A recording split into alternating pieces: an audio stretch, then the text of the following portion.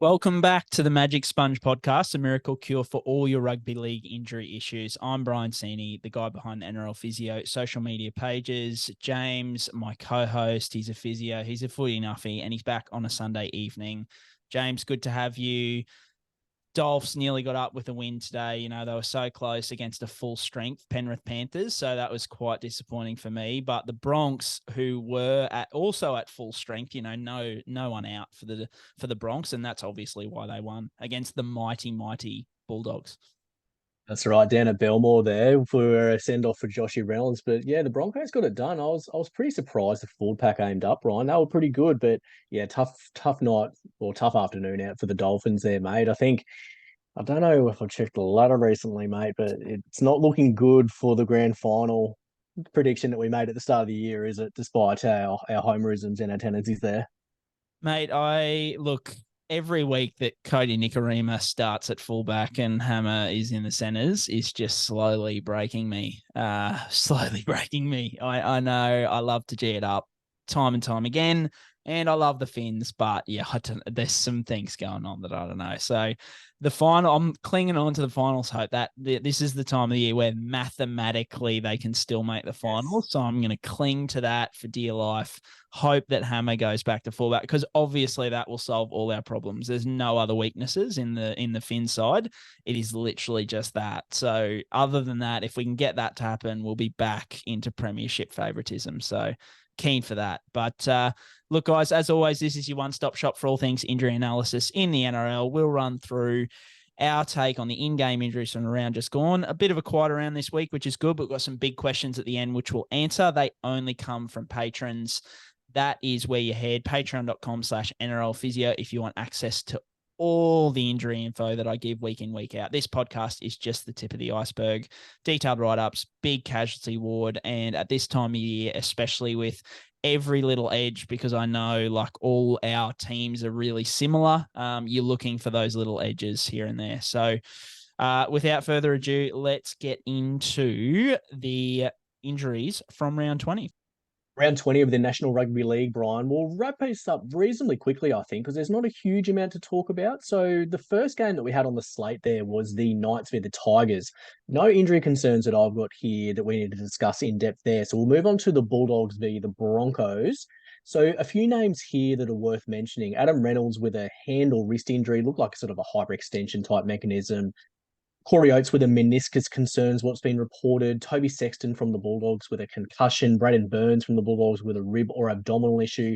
And then Josh Addo-Carr has been reported as a hamstring strain. I think that's sort of in that grade two realm, isn't it, Brian? I think is what's been reported. Yeah, old Gussie getting very, very specific with the grade 2A hamstring strain, which Mm. we could sit here and talk about how, you know, that extends from the fascia into the muscle tissue all we want as physios, but for the purposes, it's just a partial tear. That's what it is. Look, saying I think at the end of his tweet he said 2 to 3 weeks, which like I would be shocked if he missed 2 weeks and was back on the third, and it is a true grade two, even though it's a grade 2A, which you could argue, you know, like theoretically has better function sort of in that hands-on testing initially and all that kind of stuff. If he misses 2 weeks and comes back on the third with the kind of game that Josh Addo-Carr plays, I would be really shocked because we know the high risk of injury with those re-injury with those hamstring strains. You've got a partial tear there. To come back after only missing 2 weeks would be pretty intense. So like I'd be more thinking around that 4 week mark. So 4 week return to play. So you're missing 3 weeks, returning on that fourth week would be kind of best case for him. But we'll kind of he might set new records. We'll let him surprise us. Adam Reynolds with that hand wrist, got it hyperextended. He already had the thumb strapped as well, but by all accounts, Kevy said in the post-match, nothing to be concerned about. They obviously just had a big lead and giving him a bit of a rest. Corey Oates with the meniscus. This is an interesting one because we're going to talk about a guy, Teague Wilton, soon. A similar sort of thing with the knee. Corey went down sort of with, by all accounts, at training with a non-obvious mechanism. There was not much to it, but he'd been playing with knee pain for a certain amount of, I think it's like the past couple of weeks. So he's got that PCL injury. He also, had some sort of pain in this knee for the past couple of weeks. They didn't scan it. They just kind of went with it. He has since suffered that, aggravation at training, gone for scans. It is a meniscus tear. He will need surgery. So he's looking at 4 to 6 weeks. Just a really lost season for Corey Oates. I mean, as a Broncos fan, you surely have been keeping up with that. And I mean, he just hasn't been able to get going this year, has he? He's been pretty unlucky, hasn't he? I think even thinking back to the early rounds, we had the jaw fracture there, courtesy of a Scott Drinkwater shoulder to the face. But he's just had a reasonably unlucky run with injury this year, Corey, wouldn't he? I guess if you're thinking 4 to 6 weeks, Brian, would you put him back by regular season, or would you be looking more towards finals footy for his return to play, do you think? I think he'll be back before finals footy. I reckon. And I doubt it'll affect his production all that much. So if you're a Broncos fan, I think you can count on having Oatsy sort of for those final rounds of the season and then into the NRL finals without too much problem. Toby Sexton, the concussion. I mean, look, this is just another one of those ones. We spoke about it last week with the Junior Totola causing the Ryan Sutton injury and then Tane Milne, getting almost the punishment for it. I think this is a somewhat similar in that, it was all the one motion, but it was definitely the knee that caused that concussion. I mean, it was pretty clear. The forearm was raised, don't get me wrong, and we don't like that, but there didn't seem to be a whole lot of force or, much direct impact there. It was more like a glancing. And look, don't get me wrong, concussions can be caused by those kind of things, but he got absolutely walloped in the face. So I think the knee was the bigger culprit there. He also, by all accounts, may have had a broken nose too. Broken nose is not that big an issue. Guys will often play through them, provided there's no airway issues, and they very rarely need surgery. Braden Burns had the rib slash, they described it as an abdominal injury initially, which was interesting because it definitely looked like rib slash sternum. He copped a direct blow to his abdomen slash chest area. Brendan Piakura, who had a whale of a game, just, really got stuck into him. So I'm assuming that's like an impact, rib slash sternum issue.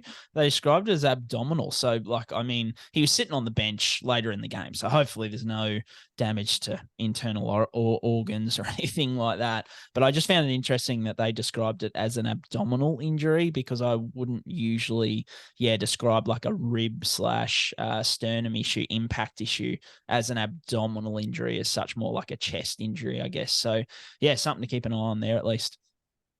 Yeah, nicely summarised, Brian. I don't think there's anything else I would add from that respect. I was just curious about Josh Adokar, I suppose, because really the Bulldogs are languishing down the table there. I suppose if you're thinking grade two, that sort of puts him around 24, 25, probably best case scenario there. There may even be some credence there that the Bulldogs might shut him down for the year and look towards perhaps some younger players. I'm not too sure what will happen. It's sort of at that pointy end of the season, isn't it, when you sort of have to weigh up your big value players. Is it worth them trotting out for 1 or 2 relatively meaningless games, isn't it? Yeah, and that's why I was surprised that they said 2 to 3 weeks. I just don't see how risking Josh Adokar at 2 weeks or, missing 2 weeks and then playing in the third week post a grade 2 hamstring for a guy who not his whole game, but a massive portion of his game is high-end speed, which is hammy.com, right? So, another player who I wouldn't be surprised. I would be less surprised that he sits out the rest of the regular season than if he came back in 2 weeks, like after missing 2 weeks. I'll put it that way. Yeah. Good point. Next game there was the Manly Seagulls versus the Cowboys, Brian. So Ben Travojevic was listed as a hamstring injury. I think this was before the game, wasn't it? I think this was preceding the game. What sort of grade is he facing with the hamstring injury there? Do you know much about that detail? Yeah, Matt, I just threw this in there because I just think it's in a pretty quiet week. It's an interesting discussion point. We've got a grade 1 hamstring from Benny Turbo. It's his third of the season. There's a lot of stuff here. There's your typical, hamstring re-injury, which exists. We don't know exactly which side it is, but it exists on both sides, even after suffering on one side. So you've got that textbook hamstring re-injury, not only once, but twice this season so far. But I know I brought it up and we joked about it a little bit when he suffered that first one, but genetics, mate. Like the family history. Is there something there? I mean, obviously Jake Turbo has been fine. He's had he's had 2 calf injuries this year. Yeah. Does Jake Turbo ever get up enough speed to put pressure on his hamstrings? Probably not.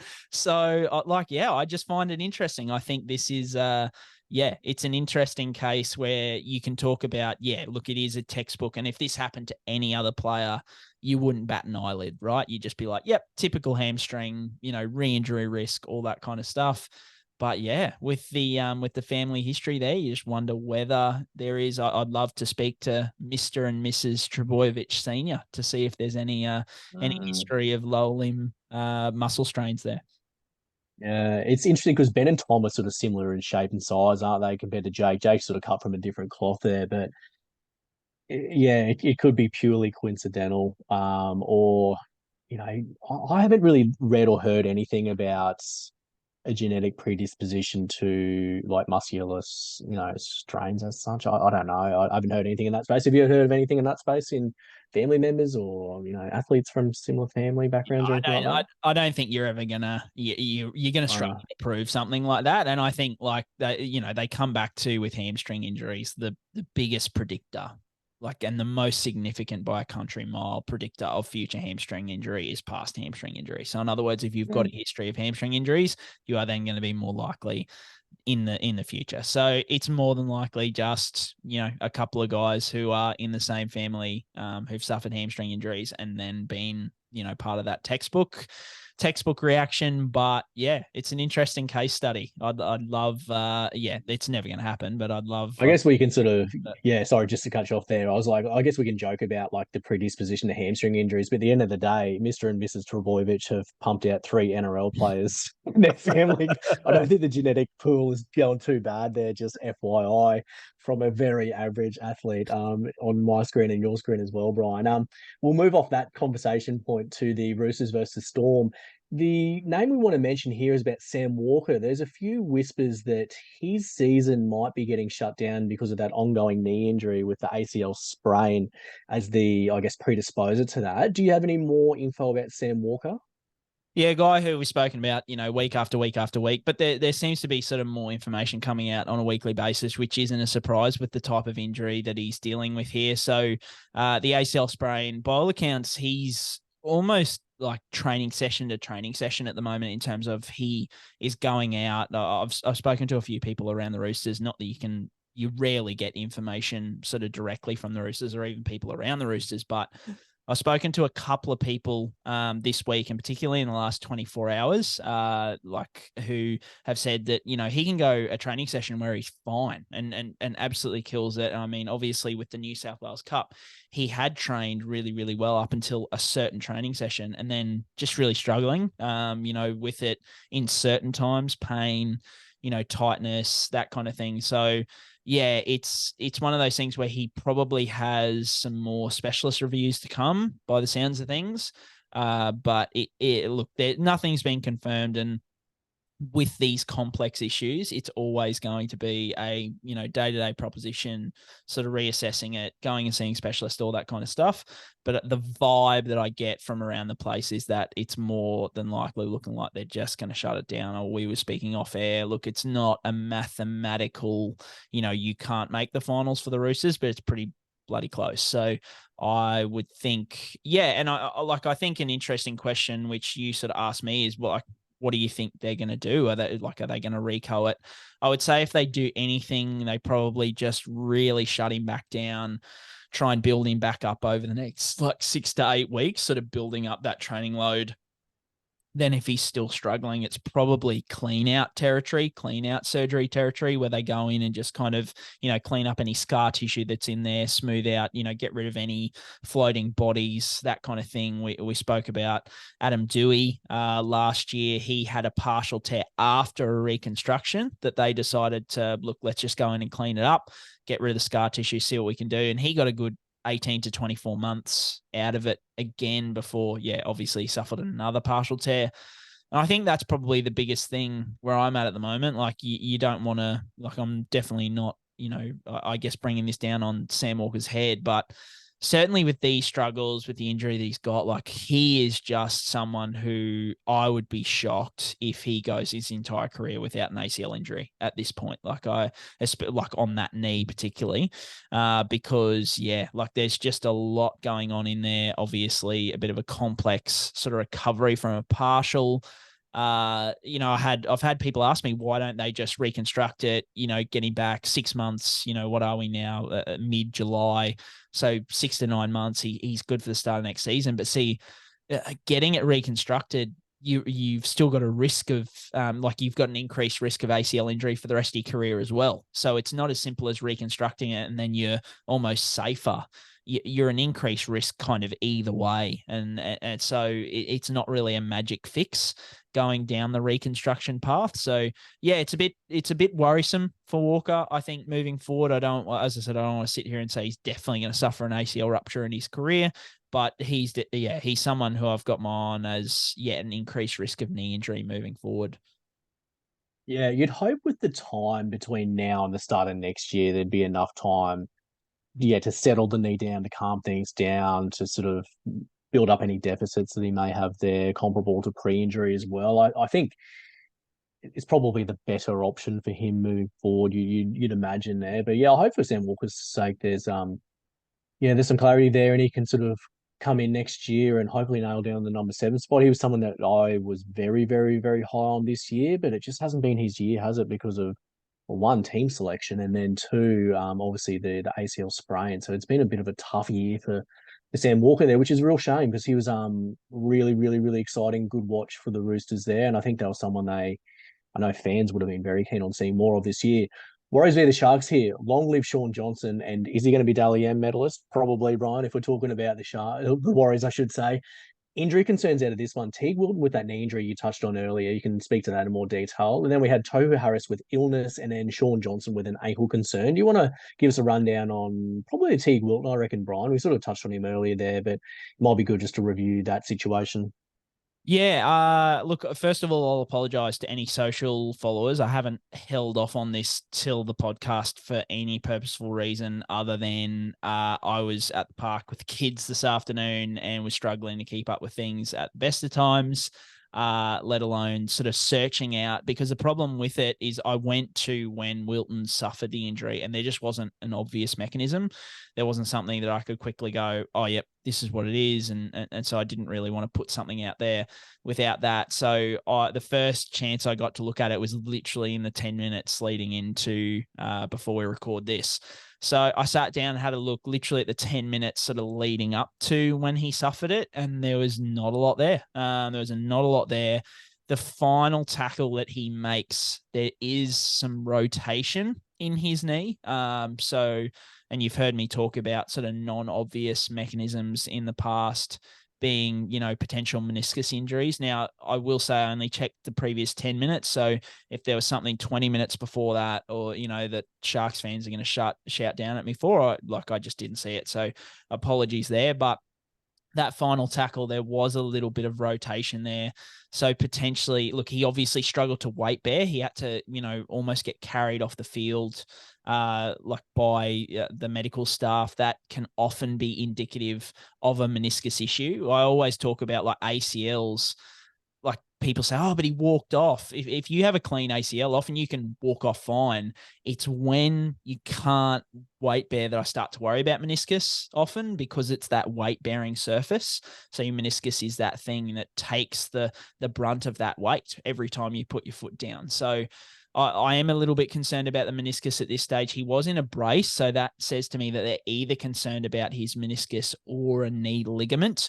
So potentially like your MCL, LCL. I mean, if he suffered an ACL injury, that would have to be one of the most innocuous ACL injuries I have seen in my time, because I just did not see anything obvious there to suggest that, there wasn't like a leg plant. Like during the tackle, he did kind of right leg, but oh man, if that's done his ACL, it was a ticking time bomb. It was ready to go because there just wasn't much explosion in it.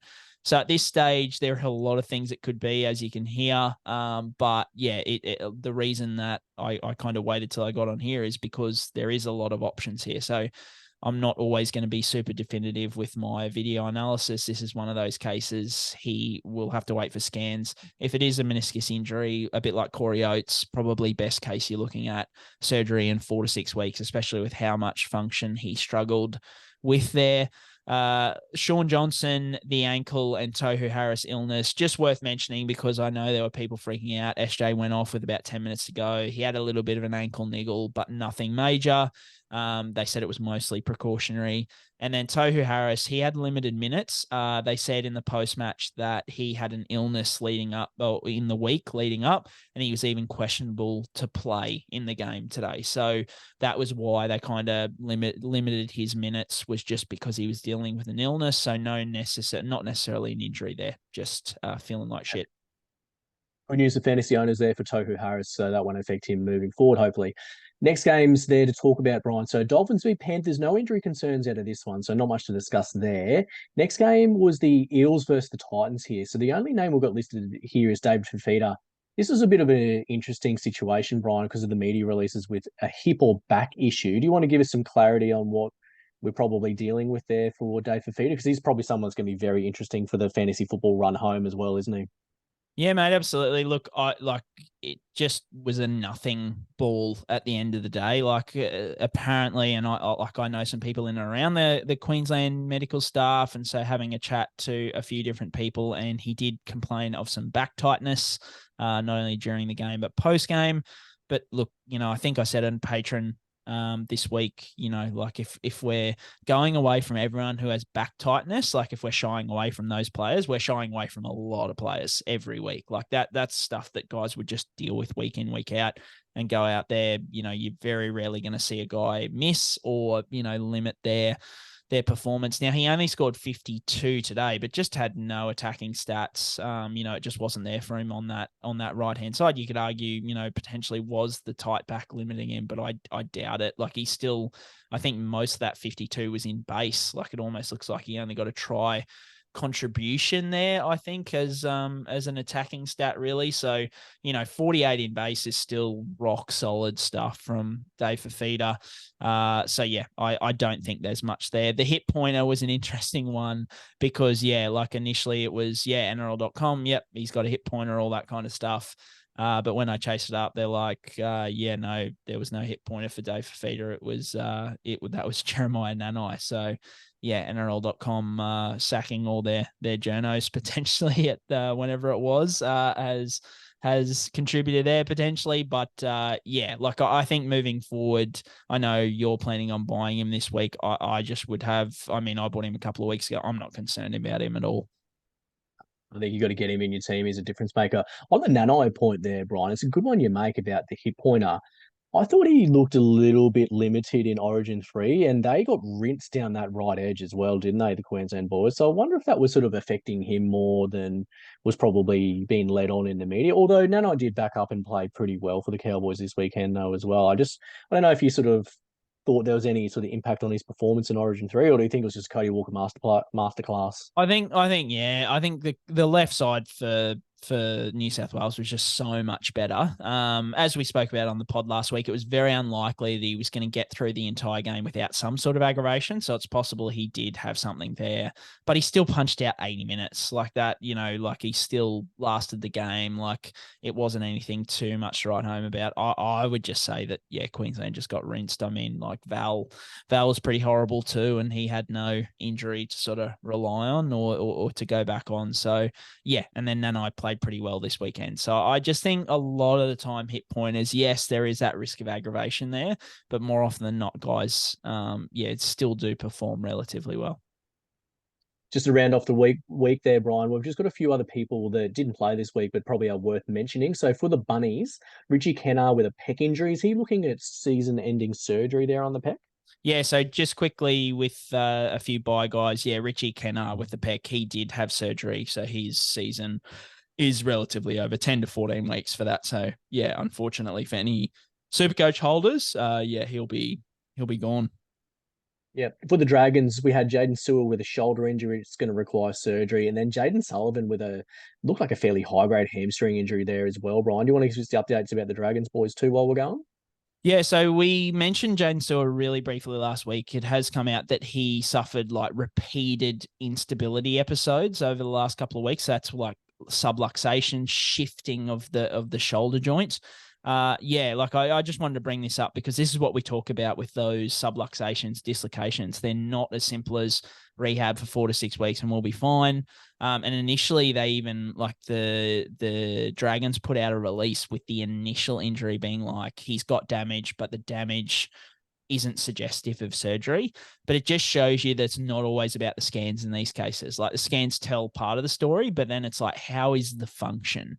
How does that shoulder hold together with week in, week out footy? So their opinion was it did not need surgery initially, but now because the shoulder kept shifting in and out, obviously causing you pain, instability, all that kind of stuff, it now needs surgery. So yeah, like, you know, we had someone like Nathan Cleary a couple of seasons ago, like he obviously got through to the end of the season, then had the reconstruction.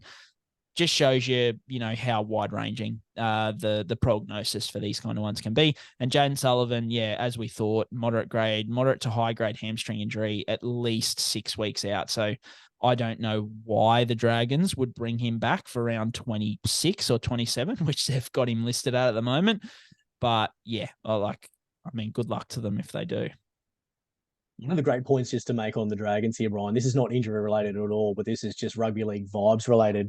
In the casualty ward for the Dragons there, this is one of the greatest things I've ever seen, actually. There's three blokes by the name of Jaden under injury cloud. So we've got Jaden Hunt, Jaden Sullivan, and Jaden Sewer all out with injury. All three Jadens are spelt differently as well. So I've got Jaden Hunt, Jayden, Jaden Sullivan, Jayden, and then Jaden Sewer, Jaydn.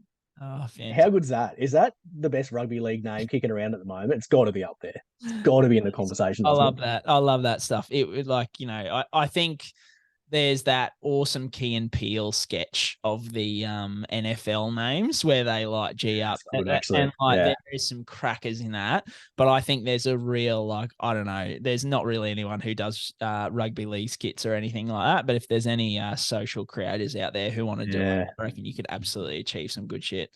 Yeah, so shout out to Jaden, and Jaden all spelt differently from the Dragons there. That's really good. That's very, very good. That's made my night exponentially better, actually. Last one to talk about, Brian, is the Canberra Raiders there. So Danny Levi, it's been reported as another jaw fracture there. How long ago was that initial fracture that he had, and when was the repeat? That's a really quite an interesting one, and horrendously bad luck for Danny Levi, obviously. Oh mate, yeah, like I literally got keyed into it by a follower.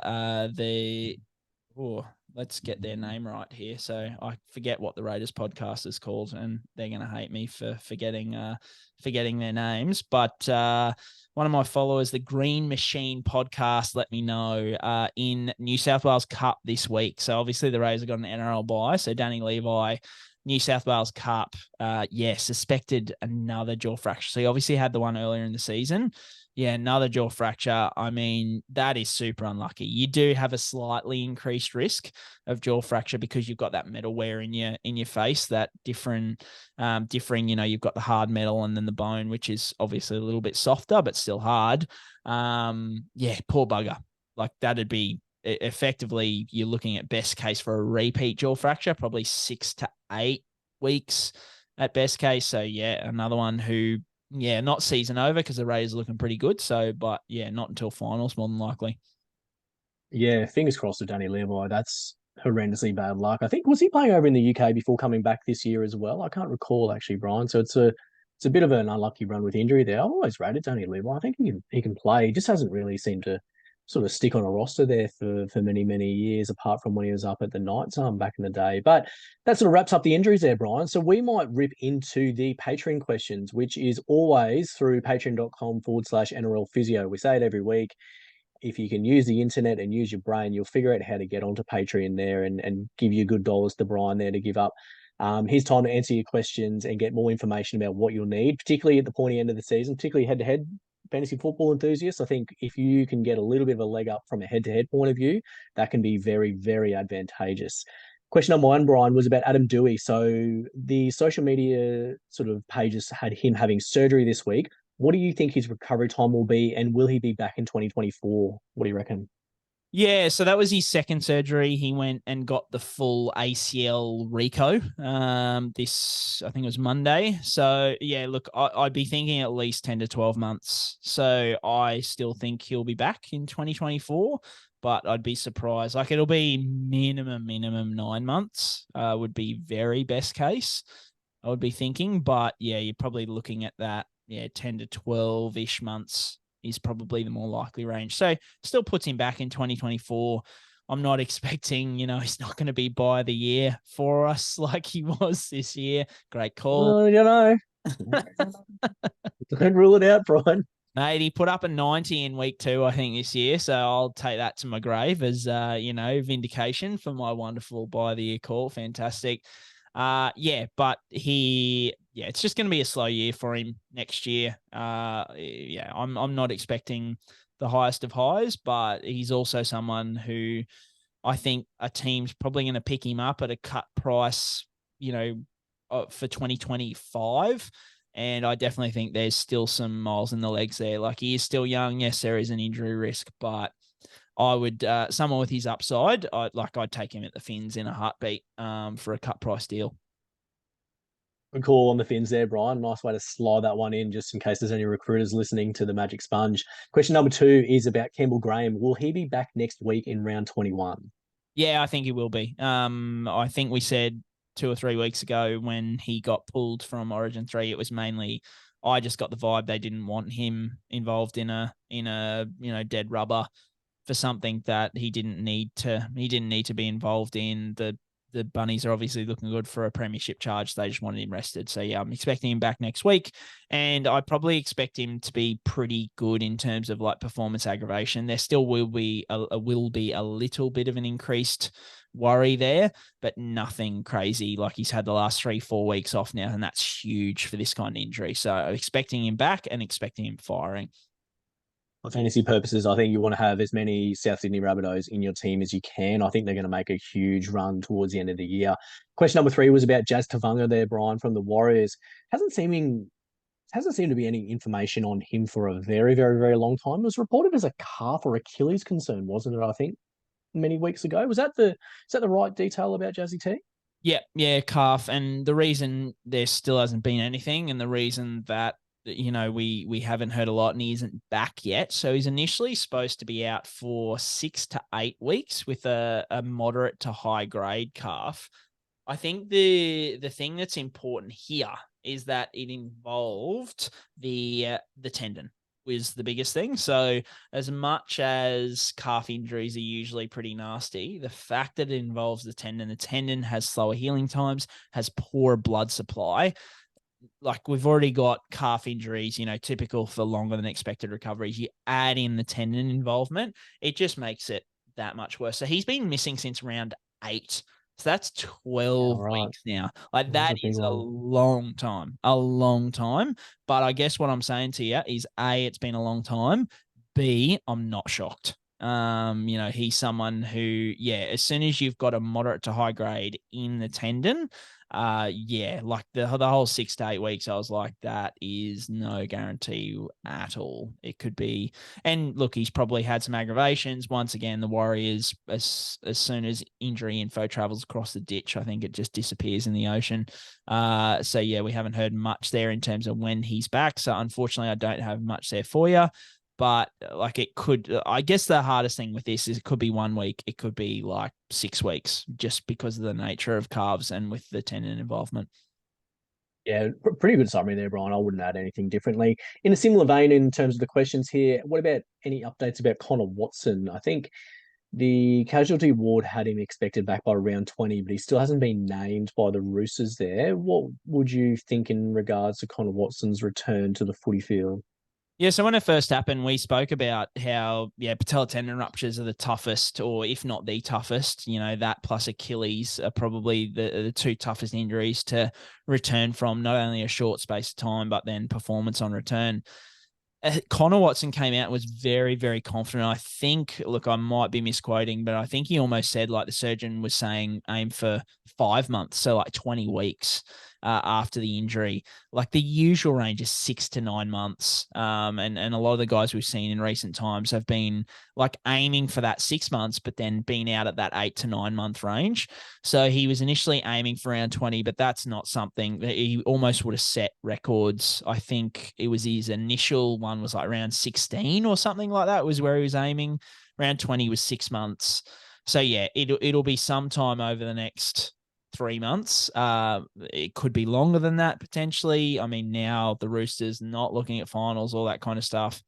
Do you just shut him down for the, and get his performance? Because if he shuts down now, like, and just looks to build towards 2024, like you'd have a lot of confidence in him because he'd have such a big off season to build that performance.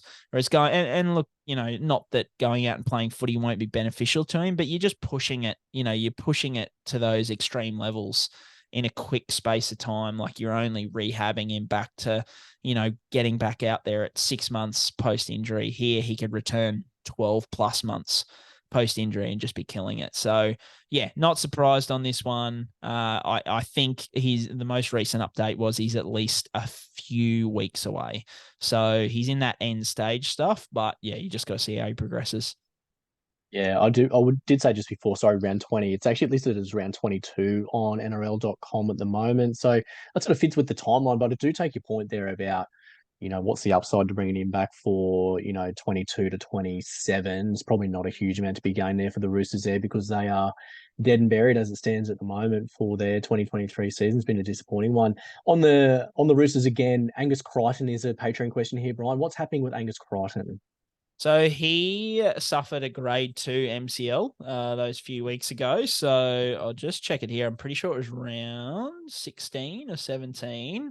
So 4 to 6 weeks for that kind of thing. So around 17, he suffered that MCL injury. So yeah, 4 weeks best case. So around 21. So potentially, or what are we now, around 20? Yeah, so potentially next week, but more likely sort of sometime over the next 3 weeks. So yeah, it's not there's nothing there out of the ordinary. It's just 4 to 6 weeks for a grade 2 MCL. Yeah, good call. Might be worth, like, if you had someone playing draft format and he's been dropped, he might be worth like a speculative stash if you've got a reasonably sort of Got him in 4 high of sort of my ladder 5 position. leagues. 4, I think. Like he got dropped everywhere, so I've picked him up everywhere because I'm in Yeah, the finals. yeah, I think. Names, of course. Yeah, of course. Yeah, well, naturally. Yeah, I think he's probably not a bad one because he's sort of been mucked around with his minutes in the bench role versus starting role. But I think they're starting Victor Bradley at the moment on an edge, so I could just see him slotting in there and getting pretty big minutes hypothetically. But then you're sort of backing Trent Robinson to do the right thing by you, which he hasn't done a lot by fantasy football coaches this year. With big players playing big minutes. But anyway, that's probably a different topic altogether. Very last one from Patron Brian about Dane Gagai. Is he on track to come back next week, do you reckon? Yeah, like the hardest thing with plantar fascia issues is they're not a major injury, but they're something that, yeah, they can be tough. It's a bit like a calf injury in a way, in that they can just be tough to get over the top of. If you imagine you've got, a stone in your shoe or something like that, walking around like that all day, that's kind of what plantar fascia issues feel like. So it's just niggly, annoying, that kind of thing. It's very unlikely he suffered like an aggravation as such. It's probably just the fact that, yeah, he's got lingering sort of tightness and stuff like that. So yeah, it sounds like he is on track for next week, but it's another injury that it wouldn't surprise me if he has to have another 1, 2, 3 weeks off. So it's not a lock for next week. I'm definitely not as confident on him as, someone like Campbell Graham, who I'm like, yeah, look, I think he'll be good to go. Gagai may need another couple of weeks, but the most likely return date for him at this point in time is next week.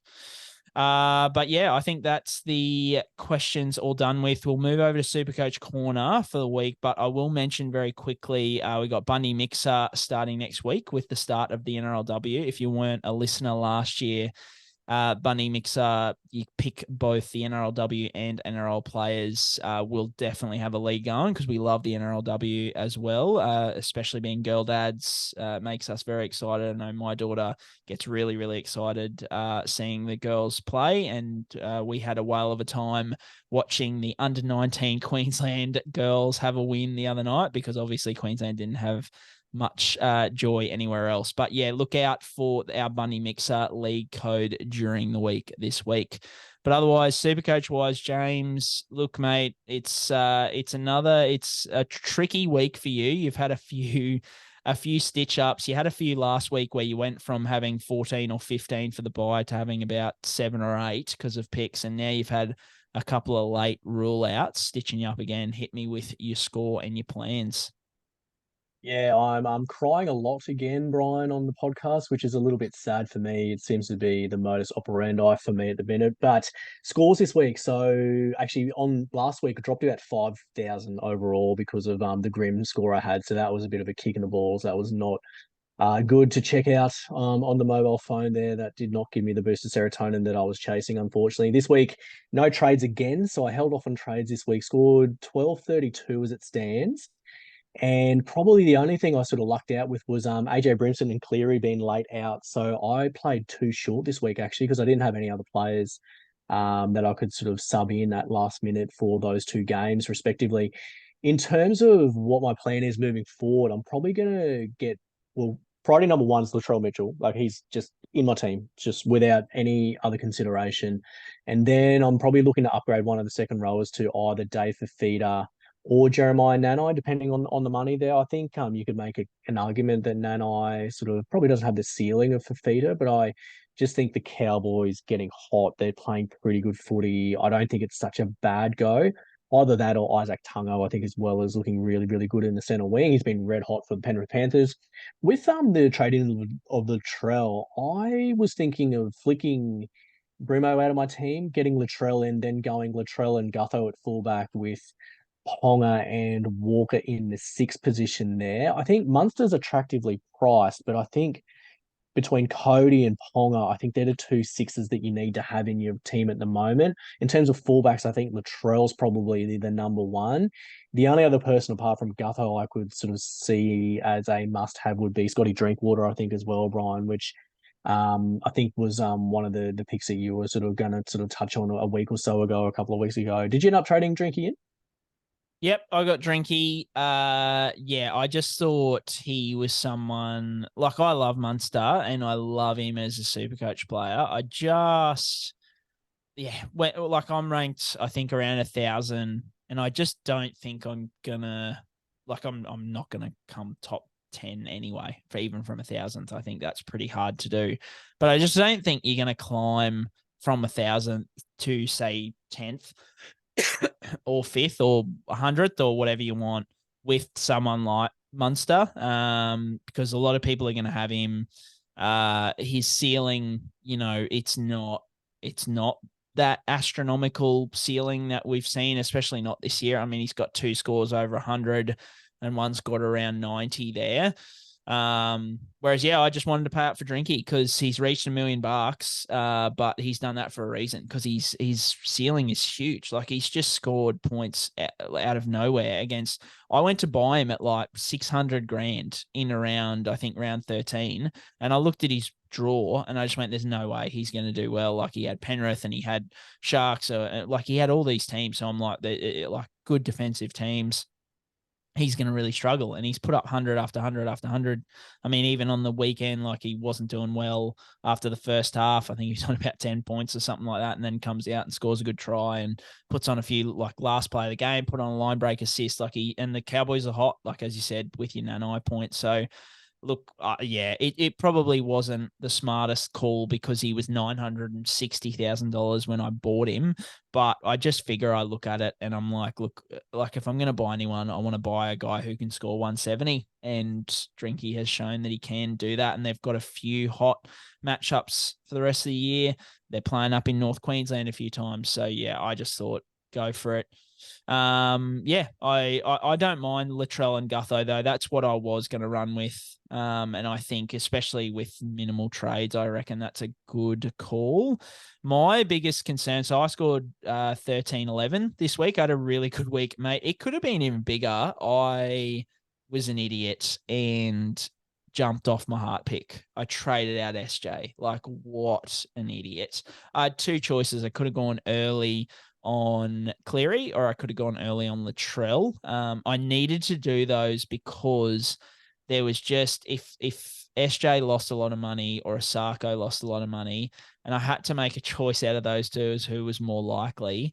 Of course, I chose Asako, who's going to drop 60 grand, and I think Cleary's not going to drop much at all now. So that's a bit of a killer, but still scored all right. I used two to bring in Cleary and Harry Grant. I did let the patrons know that I'd heard a bit this week, heard two people around the Panthers tell me that Cleary wasn't going to play. So glad that I think there was like Rugby League Guru and a few other guys must have heard similar.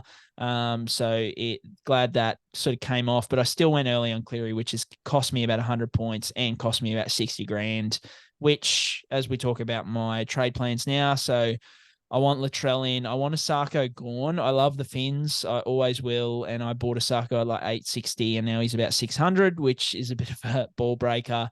But there's just nothing there for him at this point in time. Like the Finns are just not doing what they need to do. I think as much as we give Branko shit on this show, I think a lot of other podcasts have noticed as well.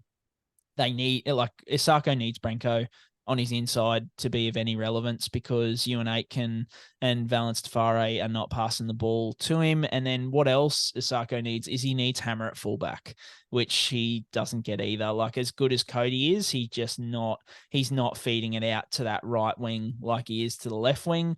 And he just doesn't have the speed that Hammer does to sort of break around on that right-hand side. So I'm keen to cash in Asako. I might have to, this is the complicated thing is to make that trade, I need 200 grand and I've only got 100 grand in my bank. So I can't do, my plan was to do Jacob Preston to Cam Murray, but I think that's only going to pocket me or maybe 50, 60 grand. So whether I still do that and then potentially wait a week on Latrell, because I think Latrell's got about 150 break even against the Bronx. You just hope that he doesn't do much. Asako's got a buy. So, you hope that Asako maintaining his price on the buy, Latrell losing a little bit. Either that or I might have to use a second trade or I go like a Preston down to like a Nuff or something like that. So not sure how I want to do it, but I want Latrell in. I am a bit cognizant with, that's a big word for this podcast, but of having too many bunnies with so little trades. Like I've only got 4 trades left. If I bring in Latrell, I then have Latrell, Cody, Alex Johnston, and the other winger as well in the Munro as well. Yeah. Munro as well. So that's 4 guys. I also then have Sonny Luke, who absolutely stitched me this week, scored like 11 points when my other auto emergency would have been Piakura, who scored 90 points. So that was just wonderful as well. But so you got Sonny Luke, who you can't really play on a week in, week out basis. So that's like, you've wiped that out. I think I've got another Nuff in there somewhere as well. So like a few injuries here or there or guys being unavailable, I'm all of a sudden not being able to field a side in round 26, which is a bit of a concern. So whether I pivot away from Murray full stop and sort of try and find some, another little diamond in the rough. So if anybody's got some suggestions about cut price guys, I think Kiraz was a guy who piqued my interest at 450 or 60K or something like that. I think he scored 60 in base on the weekend. So that might be the other guy. Have you got any sort of mid-ranges that you're eyeing off as point of differences that might be good as maybe not enough? Yeah. Center wing's a little bit uninspiring as it sits at the moment, Brian. Like I bought Suoliti in at 390 a little bit of time ago, but then the Roosters just don't look like they're going to be any good. He sort of has a little bit of a high floor with the goal kicking boots, but again, he's not really the best mid-range dude. Just on the bunnies point, sorry, just to go back to that. I've got more bunnies than you even have Brian there. So I've got Munro, Johnston, Cody Walker, Cam Murray, Colomatungi, and Damien Cook. So I've got a lot, and then I'm definitely bringing Latrell in as well. So I'm just gonna pay the price for Round 26. That later round buy. But yeah, I think Latrell could go big. The only other one at fullback would be Reece Walsh. I think, he's rested. The Broncos have got pretty much everyone on the park back this week coming that have backed up from Origin. Oh, I think, they've been consistently very, very good this year. There just looks like there's a pretty good vibe there. I think Piakura has been a really good ad there for the edge. The spine's intact. Sadly, the nine's not getting upgraded, but the rest of it looks pretty good as well. So I think you could make an argument for probably Reece Walsh as well, potentially. Like he would be the only other thing is maybe do I flick Gutho for Reece Walsh? That might be the only other person at fullback I think you could sort of consider at this point in time as well.